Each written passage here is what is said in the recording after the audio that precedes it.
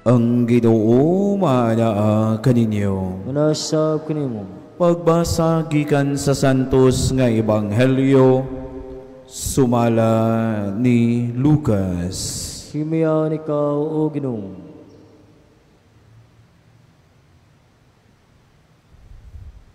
Unya may usa ka Parisiyo nga midapit kang Hesus sa pagpangaon.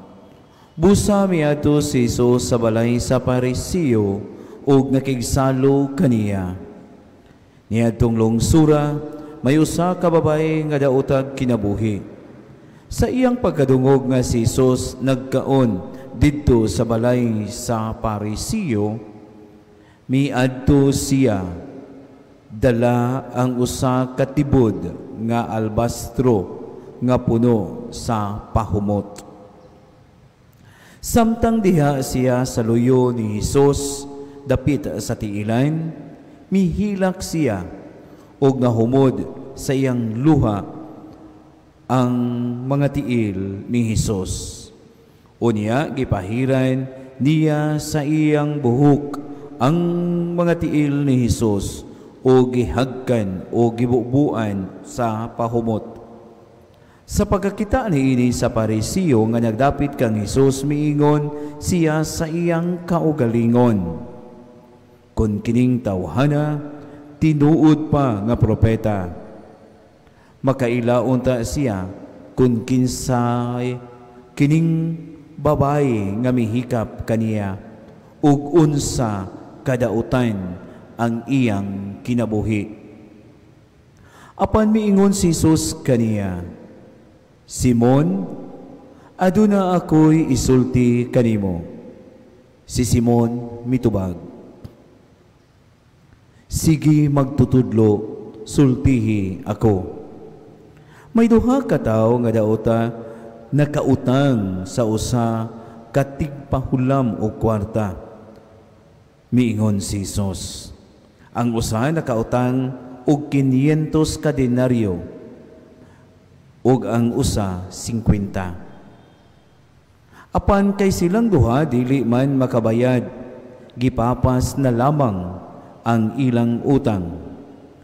Karon kinsa man sa duha ang labaw nga nahigugma sa nagpahulam kanila. Sa akong hunahuna mitubag si Simon kadtong dagkog utang. Husto ang imong tubag, matod ni Hesus. Unya milingi siya sa babae ug miingon kang Simon, nakita mo ba kining babae? Miani ako sa inyo ug wala ako hatagig tubig aron ihugas sa akong mga tiil. Apan gihugasan niya ang akong mga tiil sa iyang mga luha ug gipahiran sa iyang buhok. Wala mo ako hagki sa imong pagdawat kanako.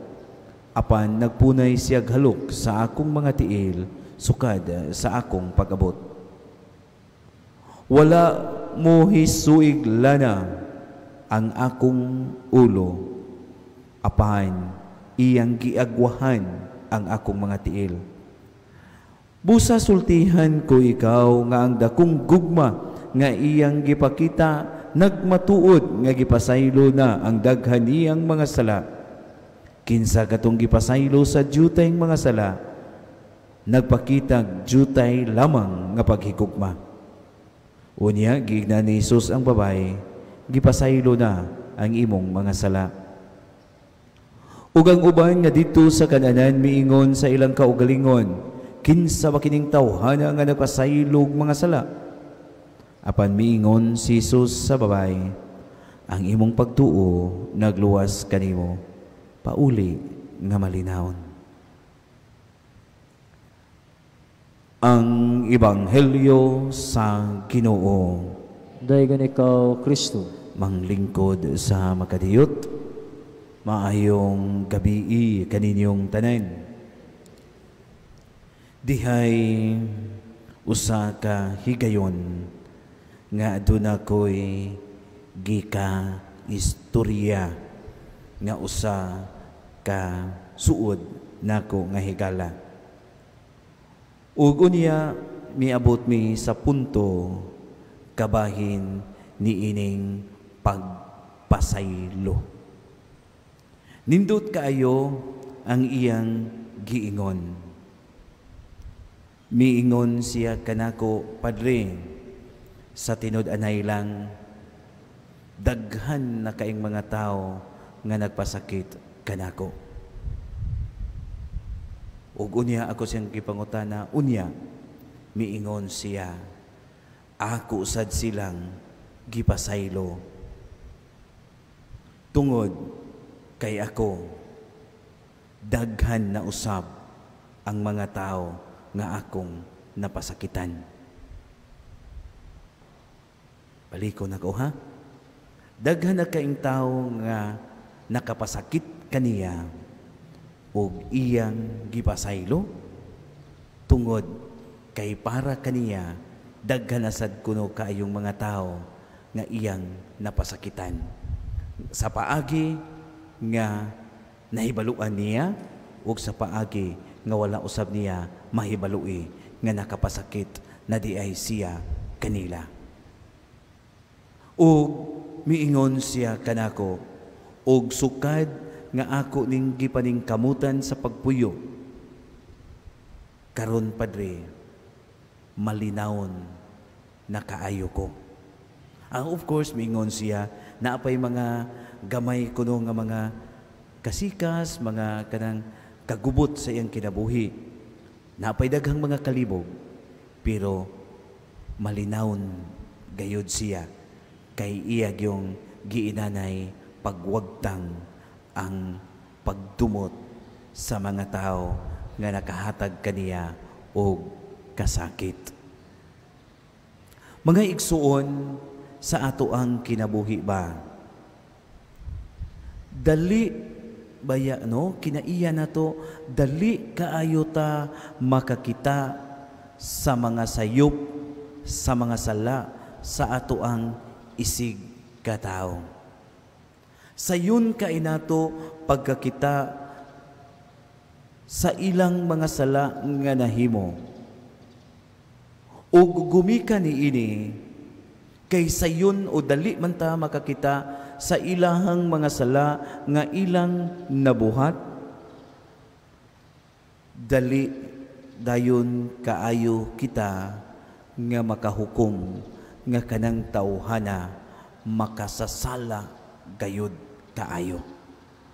Ug ang nakapait ni ini mga igsuon mao nga dali natong makita ang ilang mga sala, dali kitang muhukom ngadto kanila, pero dili sad nato dali nga makitaan ang ilang pagpaningkamot sa pagbag-o, pagpaningkamot sa paghinulsol o kana pang gitawag nato o paghatag, pagpaningkamot sa pagbag-o sa ilahang kaugalingon. Mao na nga ang atong kinaiya, doon na pagyoy kinaiya sa pagka mga Pariseo. Mao nang matawag ta og Pariseo sa bag-ong panahon. Kay sa atong ebanghelyo karon, ang Pariseo nga nangimbitar ni Hesus sa diha nga nakita niya nga adunay babay nga miduol kaniya, miduol kang Hesus. Unya sayod siya nga kining bayhana makasasala, iya ding gihukman. Pero wa niya makita nga ang babay nga miduol kang Hesus mipaubos sa iyang kaugalingon kay gusto nga magbag-o o maghinulsol. Mao nang gipahinumduman siya sa Ginoo pinaagi sa gihimo nga panig-ignan nga gisulti ni Hesus ngadto kang Simon, aron ang kining Pariseo nga naghukom makaamgo sa iyahang sala.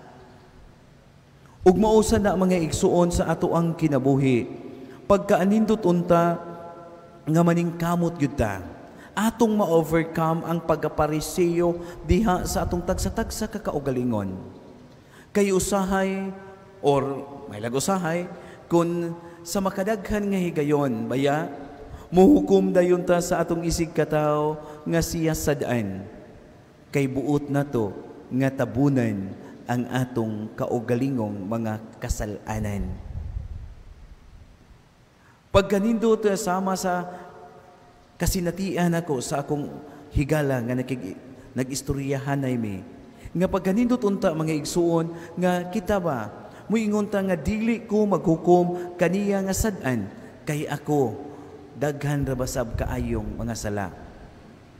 Dili ta muhukom nga ang usa ka tawo nga siya dautan, kay kita aduna biya say pagkadautan diha sa atong tagsa-tagsa kakaugalingon.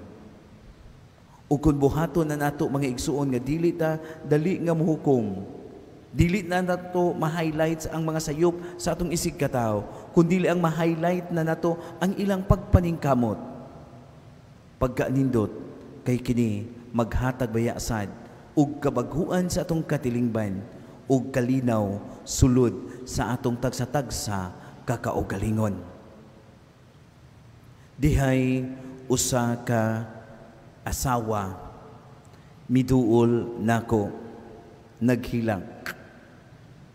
Nagsulti siya kabahin sa nahitabo sa ilahang kaminyoon. Ug nindot kaayo kay towards the end sa iyang gi-share nako, iyang miingon siya, bisan pa padre nga nasakitan o gipasakitan ko sa ako ang bana tungod sa mga nagkalain-lain niyang mga bisyo, pero miingon siya, andam gihapon kong mupasaylo kaniya padre, ug ako siyang giignan nganuman, ug miingon siya, kay bisan nakapasakit siya nako, pero maayo ug buutan gihapon kay siya nga amahan ngadto sa among mga anak. Tinuod mga igsoon ako siyang gignan, nindot nga imong nakita ang nindot nga side usab sa imong bana, pero ako sa siyang giignan, pero sultihi sad ang imong bana sa iyahang sayop. No? Ako siyang sultihi sad nga nasakitan sad ka, kay tingali siya nagtuura siya nga okay ra. Nganong ako ni siyang gi-share mga igsuon, nindot nga ang usa ka asawa nakakita, bisan tuod nasakitan siya, pero nakita usab niya nga naa say good side sa iyang bana.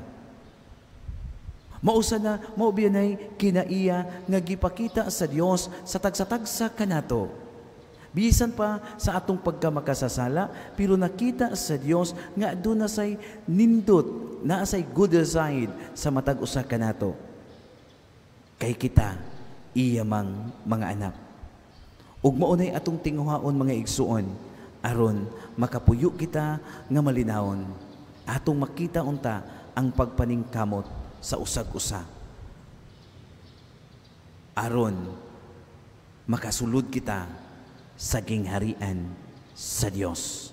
Dili kita muhukom sa atong isig katawo nga siya sad-an, sama nga kita wala baya hukmi sa Dios, bisan pa sa atong kadautan.